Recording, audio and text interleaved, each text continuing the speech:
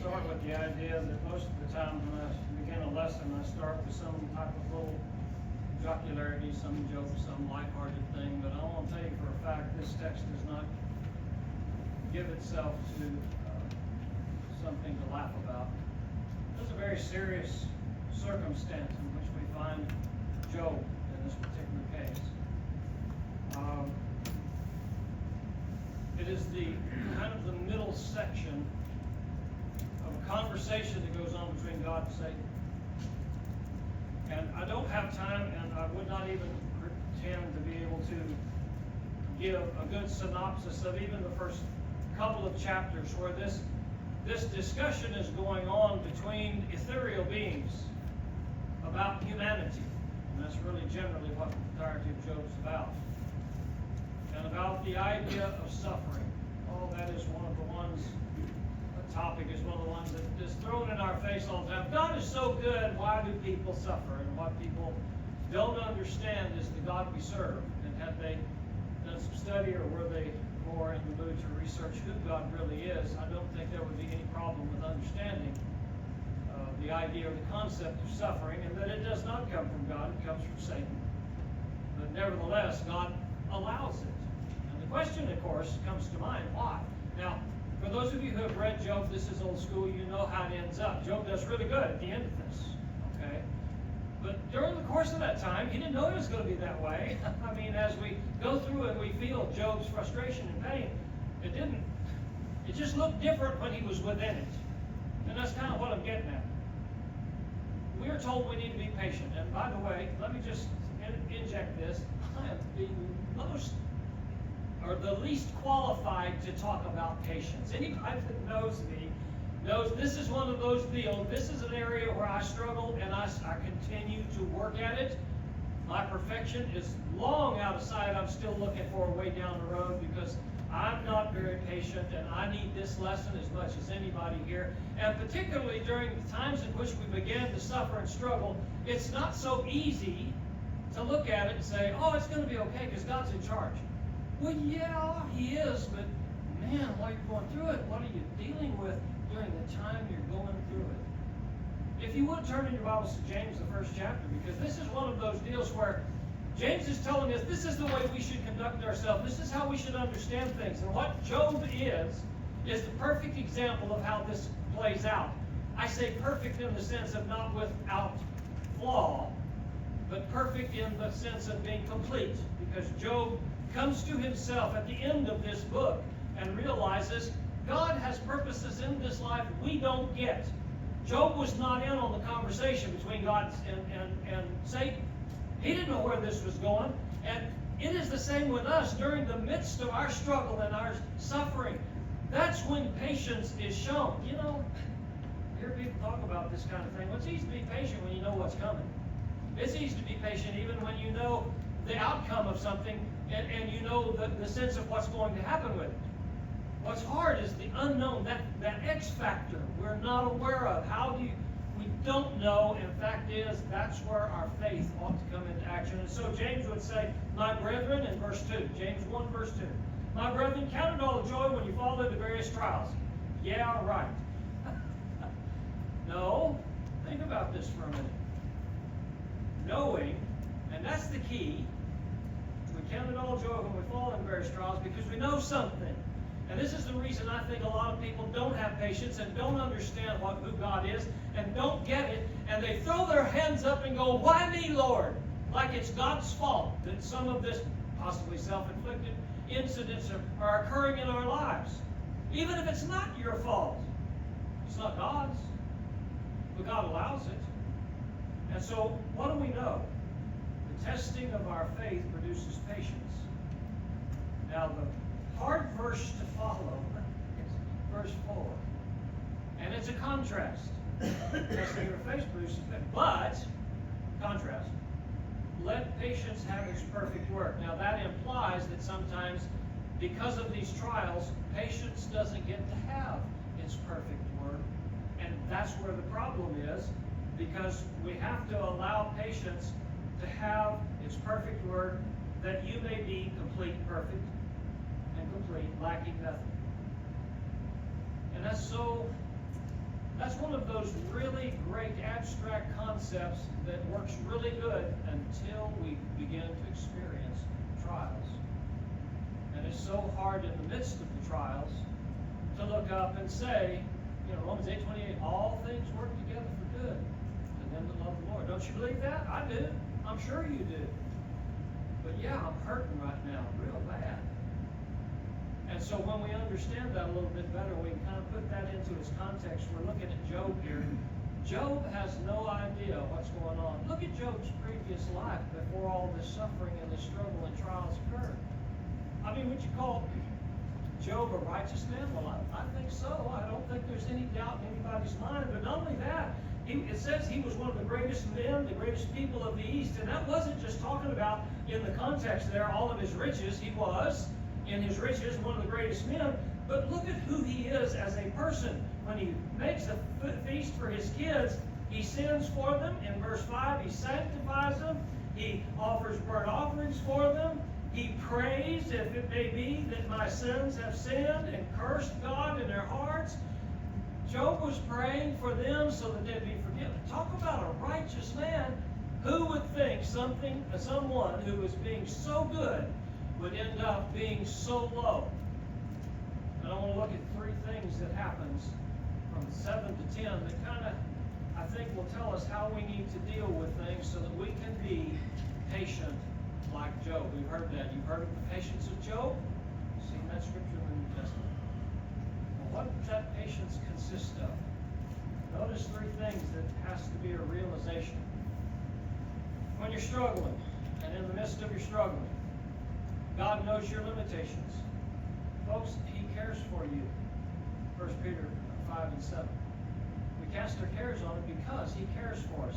It is not as though He does not know we are suffering. And I do believe Job kind of forgot that a little bit as he's praying to God, but particularly as he's talking to his three friends. Which, by the way, when you're trying to help somebody, go further into this text.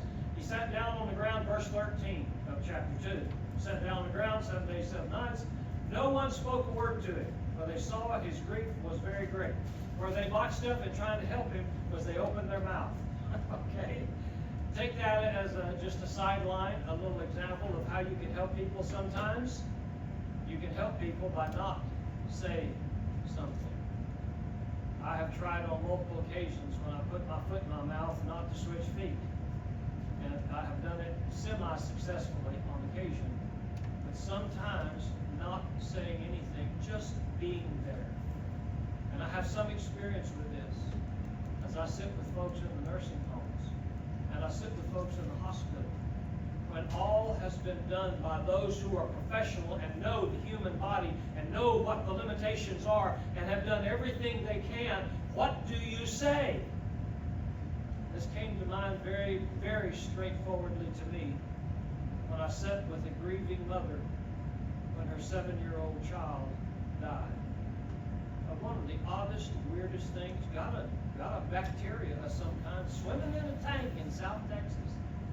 What kid had never swum in a tank in South Texas got some kind of bacteria, killed him dead in an hour? What do you say to the grieving mother? I'll tell you what you say. Nothing. You sit there with tears in your eyes and you let them know, I care. But you don't say anything. That's where they blew it here. Because they didn't understand what all Job was going through. And they tried, and I understand. I give them credit. They tried because they were doing the best they could. But folks, sometimes the best we can do is not going to get it. And just being there is what we need to do. We need to just be there. But just prior to that, Job is being punished here by Satan, and just on almost a dare, if you will, with God saying, I can break this man. And of course he did not. To Job's credit, he didn't sin.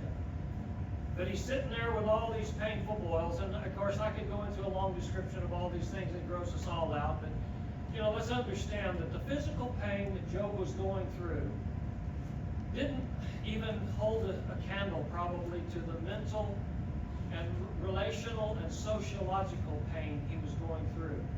All of his children were gone. Everything that defines humanity these days, like what you own and what you have, what people see you wear, things of that nature, gone. He's in rags, sitting in ashes, boils all over his body. If there was any ounce of dignity, any ounce of integrity that would be visible left in him is gone. He's sitting there mourning while this is going on, this circumstance. But what does he do? First thing he does, and this may just be kind of going by the side, but let's delve into it a little bit. He took for himself a potsherd and began to scrape himself while he sat in the midst of the ashes. Middle Eastern culture back then and the hygiene of the time back then was a little less than us. We didn't have a little squeegee bottle you press and you get that antibacterial soap so you wash your hands and keep clean. There was quite a bit of difference between how you kept your hygiene intact. And there were some times, and particularly in the case of boils and things of that nature, ulcerations of the skin is very difficult to keep yourself clean. And whether we realize it or not, part of what he is doing here is attempting to keep himself from further pain, but more than that, from further infection and disease. He sat and did what he could in the circumstance he was in. There are things we can't do sometimes physically to change the physical circumstances of our pain and anguish and anger. It's just tough. And I realize it's very difficult while one is in pain to say, well, I need to be joyful in these trials. Really? I've been hanging with Jimmy lately.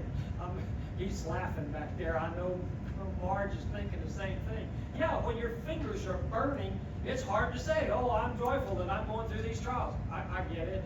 I get it. But you know what? Job is sitting here like this, and one of the things he's doing is what he can do to relieve the circumstance. You can't just throw up your hands and quit. That is not a part of patience. Patience is not standing by watching the world go down the tube and say nothing, do nothing, just be a spectator. That is not patience. Patience does not forego the active involvement of the individual to try to do what you can do. Now, granted, it seems futile at times. I understand that. But you would be amazed at how far some little thing you do for someone else means tons, even when it doesn't actually do a lot, physically speaking. I have been thanked profusely for some of the smallest little kindnesses. I'll bet you have too. Doing something for somebody and you don't think anything of it. It's almost like a knee-jerk reaction, a reflex. And you just did it because that's what Christians do. And they just overwhelm you with thanksgiving. You know, the appreciation on that point is not so much that you've done something, but that you did something. And that's what they're grateful for, because so many in this day and age don't do much. We're to a point now where somebody's stranded on the side of the road and you just don't know whether you're taking your life in your hands to stop and help them out. But your first instinct is to help them. I see people like that all the time.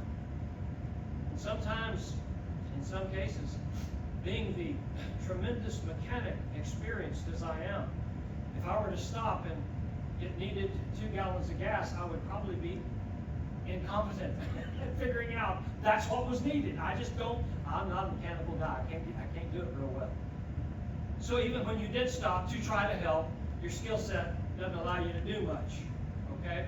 But you do what you can do about your circumstance, even when it seems futile. Because it's not. It is showing God that I'm going to do what I need to do. Second point in the next verse is a little more psychological.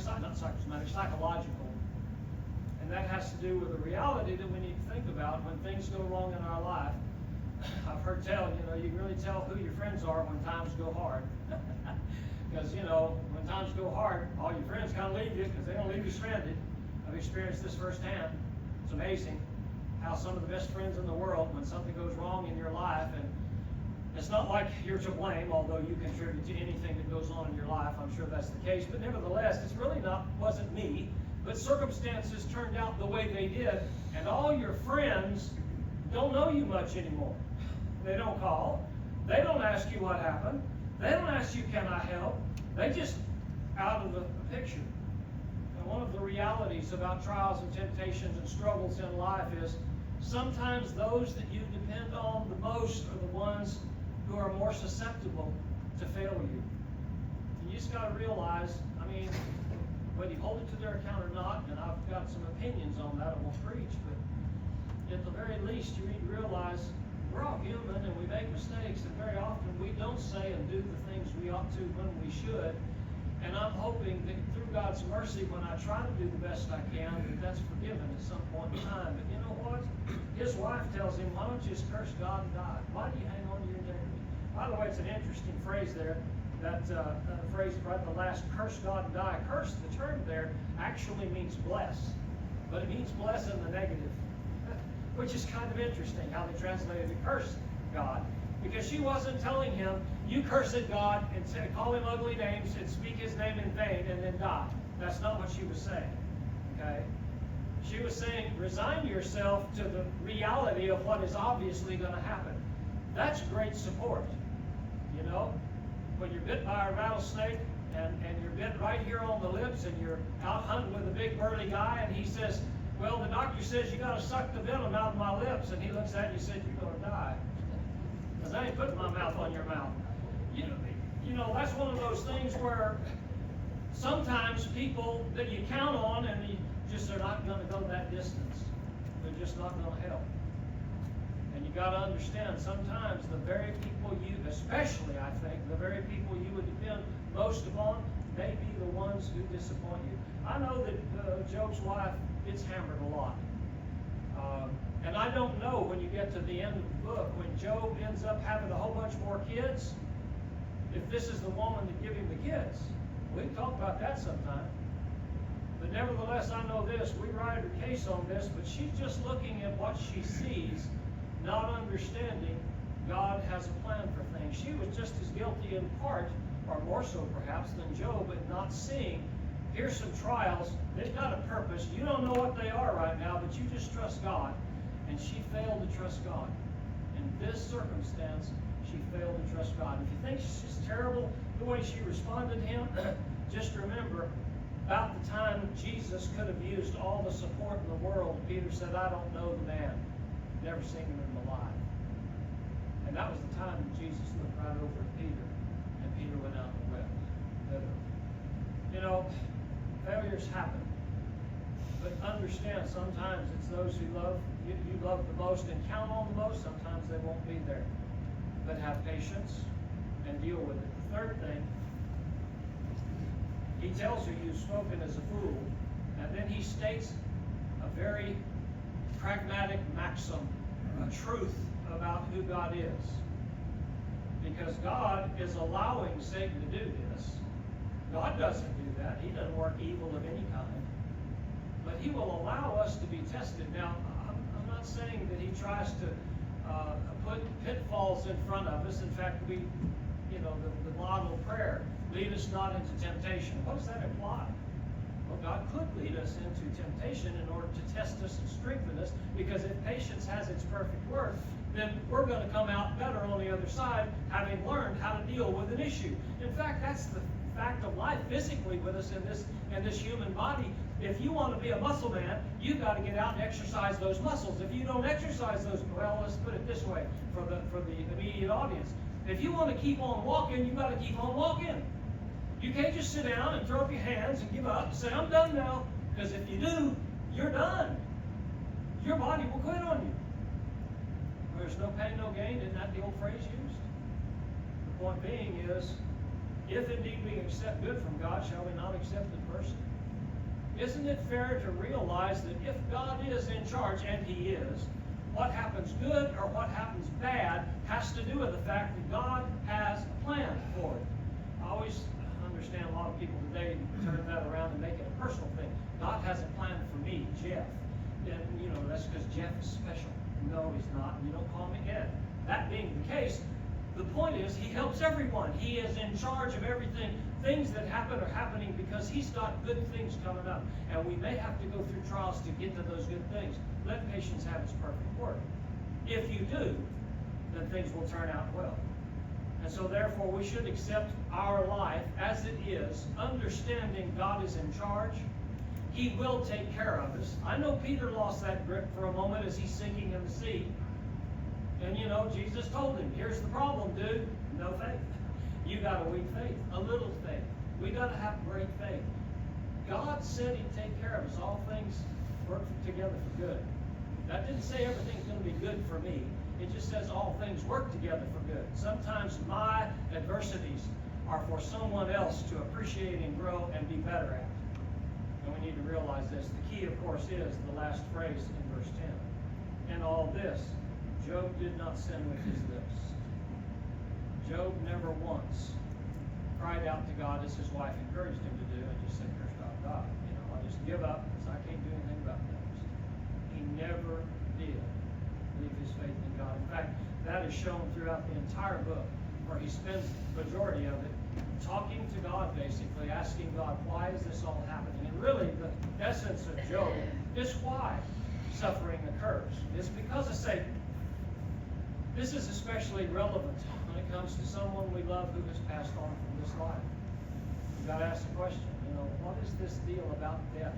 It's appointed unto man once to die. Well, because of humanity and the inheritance we have from Adam, the fact that he sinned, it caused all the consequence of his sin was that we all die physically, not spiritually. That's a total Calvinist thing. No, we die physically. Okay, so our bodies are corrupting. They've been corrupting ever since Adam and Eve left the garden. But there's a purpose in our lives because God wants us to do His will. And throughout whatever we endure, whatever we experience, whatever comes up in our lives, we have to remember God's in charge.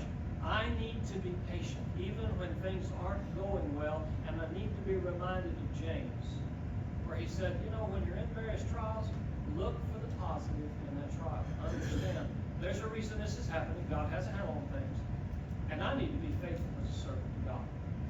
And that's the bottom line, because Job did not sin. I think it's phenomenal. It's amazing. This, by the way, is the oldest book in the Bible, written, I think most scholars agree, written well before Mosaic Covenant wrote about Genesis 1. Because Moses wrote all that. But nevertheless, Job, he knew God. And he understood after a while, who am I to question God about what's going on in my life? And so, in order not to sin, let's understand the trials are there to increase our patience. I work on this pretty hard. I don't succeed very often. I encourage you to succeed more than I do, if you can. Try to keep your patience through things that are trials and struggles and the hardships of life, which is what life is about. It's a preparation to go to a place where we don't have any of these struggles and trials. No more death, no more separation, no more pain, no more tears. I look forward to that, and I know you do too. So let's live with patience in our lives and understand God has a handle on things. If you need to respond in any way to the invitation, we always invite you in the song.